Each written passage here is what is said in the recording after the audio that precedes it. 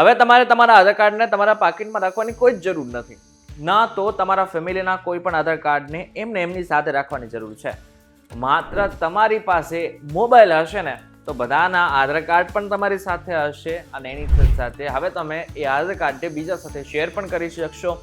એની સાથે તમારે કઈ કઈ વસ્તુ શેર કરવી છે, જો તમારે તમારું address, date of birth share ન કરવી હોય ને તો એવું પણ આધાર કાર્ડ તમે બીજા સાથે શેર કરી શકશો અને આરામથી તમારા બધા જ કામ પણ કરી શકશો.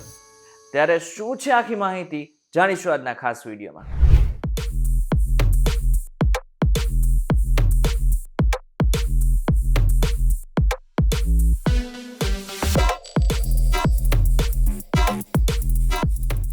નમસ્કાર, welcome back folks with digital ઉપર તમે જોઈ રહ્યા છો ડેલી ડોઝ. હું છું આપનો દોસ્ત કરણ ચરોતરા. આજકાલ આધાર કાર્ડ આપણા માટે ખૂબ ઉપયોગી થઈ ગયું છે. આધાર કાર્ડ વગર લગભગ તમે ક્યાંય બહાર જાઓ ને તો ઘણી બધી વખત એવું થતું હોય છે કે આધાર કાર્ડને કારણે જો તમારી પાસે આધાર કાર્ડ હોય તો ચોક્કસથી એ જગ્યા ઉપર તમને જવા નથી દેવામાં આવતા અથવા તો એને જ કારણે તમને ઘણી બધી વખત તમારા જે કામ છે એ અટકી પડતા હોય છે. પરંતુ હવે એક પણ કામ તમારા અટકશે નહીં, કારણ કે એક એપ્લિકેશન સરકારે લોન્ચ કરી છે જેનું નામ જ આધાર છે, જે આગળના સમયમાં તમારા જે ફિઝિકલ કાર્ડની જે નીડ છે એને સૌથી પહેલાં જ ખતમ કરી નાખશે. કારણ કે વર્ચ્યુઅલી આધાર કાર્ડ છે એ તમારા કામમાં આવી જવાનું છે. જો કે એપ્લિકેશનની વાત કરી રહ્યો છું, પરંતુ ઓલરેડી એક એપ્લિકેશન છે જેનું નામ છે એમ આધાર. આ કદાચ તમારા મોબાઈલમાં અત્યારે સેવ પણ હશે, ડાઉનલોડ હશે, પરંતુ આ હવે ઉપયોગી નહીં રહે, કારણ કે ભારત સરકારે એક નવી એપ્લિકેશન જેનું નામ છે આધાર એને લોન્ચ કરી નાખી છે અને આગળના સમયમાં એ જ તમારા કામમાં આવવાનું છે. હવે અત્યારે જે આ એપ્લિકેશન છે ને એ બીટા વર્ઝનમાં છે, એટલે કે એની અંદર થોડી ઘણી ભૂલો હશે, પરંતુ આગળના સમયમાં એ ભૂલો બધી જ જતી રહેશે અને આગળના સમયમાં એક પરફેક્ટ એપ્લિકેશન આપણા બધાની સામે હશે. પરંતુ આ એપ્લિકેશનનો ઉપયોગ હવેથી આપણે પણ કરી શકવાના છીએ. તમને જણાવી દઉં કે આ એપ્લિકેશન તમારે સૌથી પહેલાં તો તમારી પાસે જો એન્ડ્રોઈડ ફોન હોય તો પ્લે સ્ટોરમાં, અને જો આઈફોન હોય તો ચોક્કસથી તમારે એપ સ્ટોરમાં જવાનું છે અને એપ સ્ટોરમાં ગયા બાદ તમારે સર્ચ કરવાનું છે આધાર. આધાર એક વખત સર્ચ કરશો ને એ પછી તમને ઘણા બધા ઓપ્શન્સ આવતા હશે, પરંતુ જે નવો લોગો વાળું જે આધાર કાર્ડનું ઓપ્શન છે એની અંદર જવાનું છે અને એપ્લિકેશનને ઇન્સ્ટોલ કરી નાખવાની છે. એપ્લિકેશન જેવી ઓપન કરશો તો કેટલીક પરમિશન તમારે અલાઉ કરવાની આવશે. એ બાદ તમારી સામે એ આવી એક ઇન્ટરફેસ આવશે.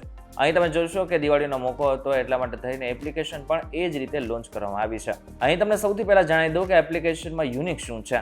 સૌથી મોટું યુનિક કામ એ છે કે હવેથી આપણે જેવી રીતના યુપીઆઈથી પેમેન્ટ કરીએ છીએ ને એવી જ રીતના આધાર કાર્ડ પણ ક્યાંય પણ શેર કરી શકાશે. એટલે કે હવે ફોટોકોપી દરેક જગ્યા ઉપર લઈ જવાની કોઈ જ જરૂર નથી. હવે ક્યાંય રાશન લેવા જાઓ કે પછી કેવાયસી કરવાનું હોય ને તો તમારે ડિજિટલ QR કોડ વાળું જે આધાર કાર્ડ છે ને એને સ્કેન કરી નાખવાનું છે. આટલું જ નહીં, બાકી અહીં તમે આખા ફેમિલીના તમારા આધાર કાર્ડને પણ એડ કરવાનો ઓપ્શન મળવાનો છે. ફેમિલીમાં 5 લોકો હોય તો પાંચેયના આધાર એક જ એપમાં લોગિન કરી શકાશે અને જરૂર પડશે તો સ્વિચ પણ કરી શકાશે. આ સાથે તમારા હાથમાં જ કંટ્રોલ રહેશે કે ક્યાં શું ઇન્ફોર્મેશન કોની સાથે શેર કરવાની. જેમ કે કોઈ જગ્યાએ એડ્રેસ આપવાની જરૂર ના હોય તો એડ્રેસ અનટિક કરી દેવાનું છે. સાથે જ ફેશિયલ ઓથેન્ટિકેશનનું ફીચર પણ આવી ગયું છે. એનાથી તમે મોબાઈલ નંબર લિંક હોય કે ના હોય તો પણ આ એપ વાપરી શકો છો. હવે આપણે આગળ વાત કરીએ કે આ એપ્લિકેશનનો એકચ્યુઅલમાં ઉપયોગ કેવી રીતના કરવાનો છે. સૌથી પહેલાં આઈ એમ રેડી વિથ માય આધાર પર ક્લિક કરીને રજિસ્ટ્રેશન કરવાનું છે. આધાર નંબર નાખશો અને આ બાદ કન્ટિન્યુ કરવાનું છે. ટર્મ્સ એન્ડ કન્ડિશન સ્ક્રોલ કરીને આ એગ્રી કરીને પ્રોસેસ કરી નાખવાની છે.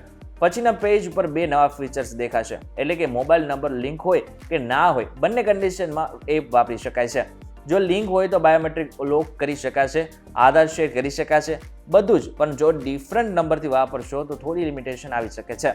ફેસ ઓથેન્ટિકેશનના કારણે હવે OTP વગર પણ લોગિન થઈ શકે છે, પણ લિમિટેડ ફીચર્સ હશે. અહીં ક્લિક કરતા એક પોપઅપ આવશે અને આ બાદ સિમ સિલેક્શન કરવાનું છે. જો કે તમારી પાસે એક જ સિમ હશે તો તમારે કોઈ ટેન્શન લેવાની જરૂર નથી. અને આ બાદ એક વસ્તુ યાદ રાખવાની છે કે તમારું જે ઇન્ટરનેટ છે એ હોવું જરૂરી છે અને આની સાથે તમારા જે મોબાઈલ છે એની અંદર રિચાર્જ પણ હોવું જરૂરી છે.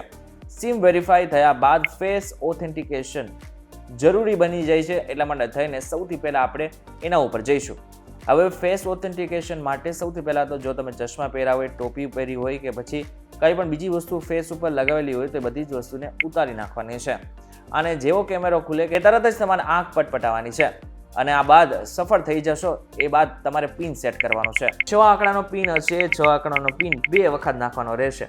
લોગિન થયા પછી લેંગ્વેજ પણ તમે ચેન્જ કરી શકો છો અને આ બાદ QR કોડ જેમાં ફોટો પણ છે એ પણ તમે જોઈ શકો છો. નીચે જોશો તો તમને એક ઓપ્શન દેખાશે એ છે સ્કેન QR. એના ઉપર ક્લિક કરશો તો ડાયરેક્ટ કેમેરો ખુલી જશે અને જ્યાં જરૂર પડે ત્યાં સ્કેન કરીને સિલેક્ટિવ ઇન્ફોર્મેશન શેર કરી શકાશે, જેમ કે નામ, address, date of birth, photo, mobile વગેરે ટિક કરીને. અને જો તમારે તમારું આધાર કાર્ડ ડાઉનલોડ કરવું છે તો આરામથી 1 સેકન્ડની અંદર આધાર કાર્ડ પણ ડાઉનલોડ થઈ જશે, કારણ કે શેરના ઓપ્શનમાં એક ડાઉનલોડનો પણ ઓપ્શન આવશે અને OTP વગર તમારું જે આધાર કાર્ડ છે એ ડાઉનલોડ થઈ જવાનું છે.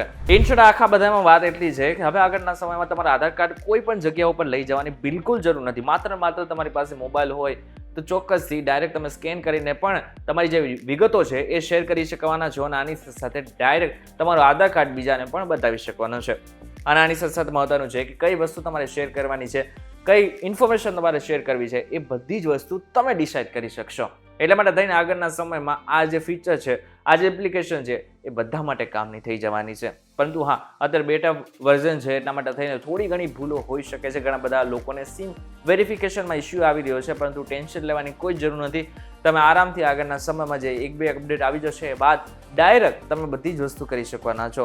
પરંતુ જો તમને કોઈ પ્રોબ્લેમ નથી આવી રહી, મારી જેમ મેં કરેલું છે, મને કોઈ પ્રોબ્લેમ નથી આવી, પરંતુ જો તમને પ્રોબ્લેમ આવે તો 1-2 દિવસ રાહ જોજો. અને નથી કોઈ પ્રોબ્લેમ આવી રહી તો આરામથી તમે તમારું આધાર કાર્ડ ગમે ત્યાં શેર કરી શકો છો. મહત્વની વાત તો એ છે કે ધ્યાન રાખવું એક વસ્તુ પણ એક જરૂરી છે, કારણ કે બધી વસ્તુ શેર કરવાની જરૂર નથી. જે જગ્યા ઉપર જરૂરી હોય એ જ વસ્તુ અને એ જ ઇન્ફોર્મેશન આપો એ આપણા બધા જ માટે હિતાવહ છે. ત્યારે આ બાબતને લઈને તમારું શું કહેવું છે મને જરા કોમેન્ટ કરીને ચોક્કસ કહેજો. વિડીયો થકી જો તમને કોઈ ઇન્ફોર્મેશન મળ્યો તો વિડીયોને લાઈક અને શેર જરૂરથી કરજો. તથા આવા જ ઇન્ફોર્મેટિવ વિડીયોઝ માટે VTV ડિજિટલ સાથે જોડાયેલા રહેજો.